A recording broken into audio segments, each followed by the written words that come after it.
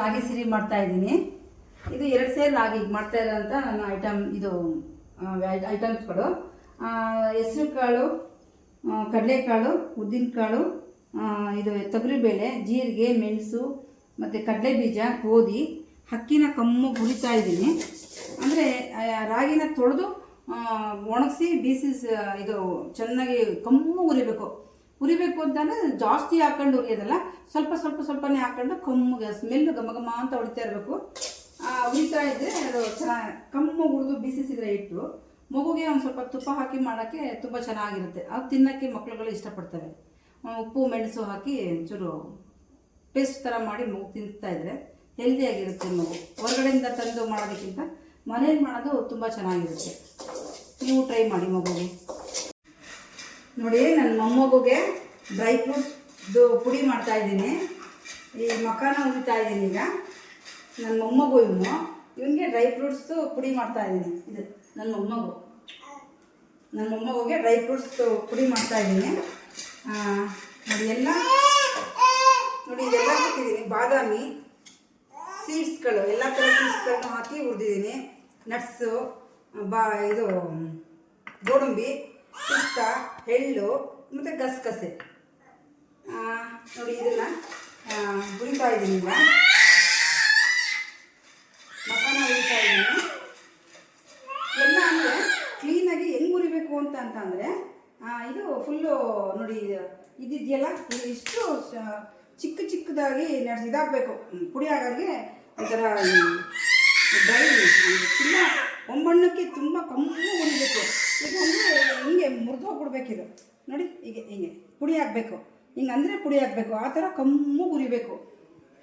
ಆ ಕಮ್ಮು ಹುರಿದು ಪುಡಿ ಮಾಡಿ ಒಂದು ಬಾಕ್ಸ್ಗೆ ಹಾಕಿ ಇಟ್ಕೊಂಡ್ರೆ ನಾವು ಮತ್ತು ರಾಗಿ ಹಿಟ್ಟು ಪುಡಿ ಮಾಡ್ಕೊಂಡಿದ್ವಲ್ಲ, ಎಲ್ಲ ಕಾಳುಗಳು ರಾಗಿ ಹಿಟ್ಟು ಎಲ್ಲ ಹಾಕಿ ಪುಡಿ ಮಾಡಿದ್ವಲ್ಲ, ಅದು ಮತ್ತು ಅದೊಂದು ಚಮಚ, ಇದೊಂದು ಅರ್ಧ ಚಮಚ ಹಾಕಿದರೆ ಪುಡಿ ಪೇಸ್ಟ್ ಥರ ಮಾಡೋದು. ಅದನ್ನು ತೋರಿಸ್ತೀನಿ, ಪೇಸ್ಟ್ ಮಾಡೋದು ಹೆಂಗೆ ಅಂತ ತೋರಿಸ್ತೀನಿ.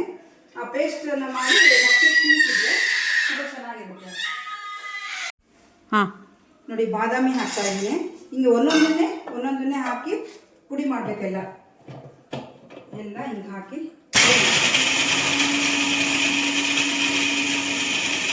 ಎಲ್ಲ ಸಣ್ಣ ಪುಡಿ ಮಾಡಿ ಎಲ್ಲ ಸುಟ್ಕೋಬೇಕು. ಹಿಂಗೆ ಒಂದಕ್ಕೆ ಹಾಕೊಳ್ಳಿ. ಎಲ್ಲ ಪುಡಿ ಮಾಡಿ ಹಾಕೊಂಡ್ರೆ ಗೋಡಂಬಿ ಹಾಕ್ತಾ ಇದ್ದೀನಿ. ಗೋಡಂಬಿ ಹಾಕಿ ಪುಡಿ ಮಾಡ್ತಾ ಇದ್ದೀನಿ.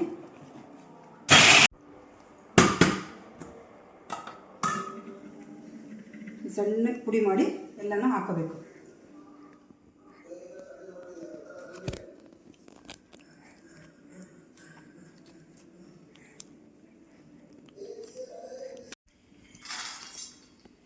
ಇದನ್ನು ಹಾಕೊಂಡು ಪುಡಿ ಮಾಡ್ತಾ ಇದ್ದೀನಿ. ಈಗ ಎಲ್ಲವನ್ನೂ ಒಂದೊಂದನ್ನೇ ಹಾಕೊಂಡು ಚೆನ್ನಾಗಿ ಸಣ್ಣಕ್ಕೆ ಪುಡಿ ಮಾಡಿ ನೋಡಿ. ಹಿಂಗೆ ಎಲ್ಲ ಪುಡಿ ಮಾಡಿ ನೋಡಿ, ಮಕಾನನ್ನು ಪುಡಿ ಮಾಡಿ ಹಾಕಿದ್ದೀನಿ.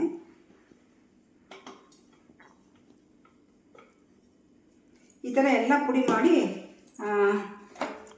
ಹೀಗೆ ಎಲ್ಲ ಮಿಕ್ಸ್ ಮಾಡಿ ಎಲ್ಲ ಕ್ಲೀನಾಗಿ ಮಿಕ್ಸ್ ಮಾಡಿ.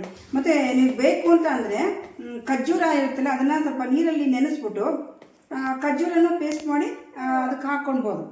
ಖರ್ಜೂರನೂ ಒಳ್ಳೆಯದು. ಒಂದೊಂದ್ಸರಿ ಖರ್ಜೂರನೂ ಪೇಸ್ಟ್ ಮಾಡಿ ಅದಕ್ಕೆ ಹಾಕಿದರೆ,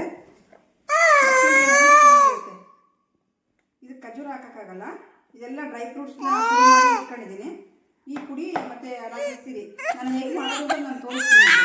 ಮತ್ತು ಇದೊಂದು ಚಮಚ ಹಾಕಿದ್ದೀನಿ, ಇದು ಅರ್ಧ ಚಮಚ ಹಾಕಿದ್ದೀನಿ. ಡ್ರೈ ಫ್ರೂಟ್ಸ್ ಅರ್ಧ ಚಮಚ, ಇದು ರಾಗಿ ಸಿರಿದು 1 ಚಮಚ ಹಾಕಿದ್ದೀನಿ.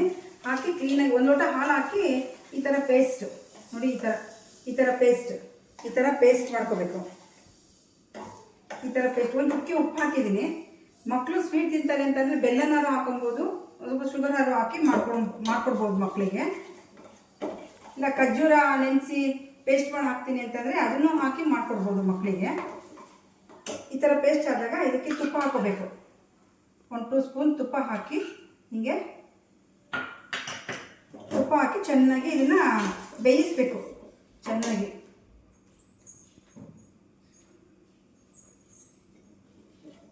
ಹಿಂಗೆ ಚೆನ್ನಾಗಿ ಬೇಯಿಸ್ಬೇಕು.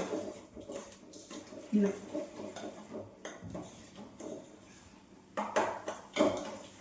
ಅದು ಚೆನ್ನಾಗಿ ಮೇಲಿಂದ ಇದು ಮಾಡಬೇಕಿತ್ತು.